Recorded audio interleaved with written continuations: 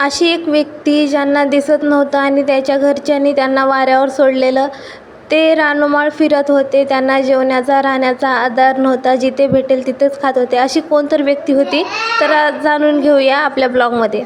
जय Shivray friends, कसे आहात तुम्ही? तर स्वागत आहे आपल्या लाईफ विथ सौंदर्य ब्लॉगमध्ये. तर फ्रेंड्स, आज आम्ही जात आहोत कडेच्या महादेवाला दर्शनासाठी. इथे आमचा पूर्ण परिवार, सोबत आमच्या शेजारच्या काकी आणि माझ्या जाऊबाई, आम्ही सर्व जात होतो कडेच्या महादेवाला दर्शनासाठी. तेवढ्यात आम्ही जाता जाता वाटेमध्ये जाममध्ये थांबल्या भांड्याच्या दुकानामध्ये. मला इथं घ्यायची होती घंटी.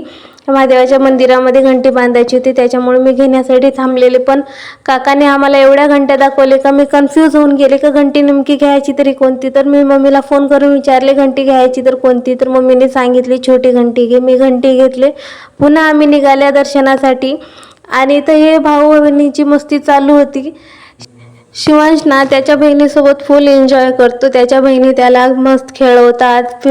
मग आम्ही पोहोचल्या कडेच्या महादेवाला. इथं आम्ही थांबलेल्या पूजेचं सामान म्हणून घेण्यासाठी.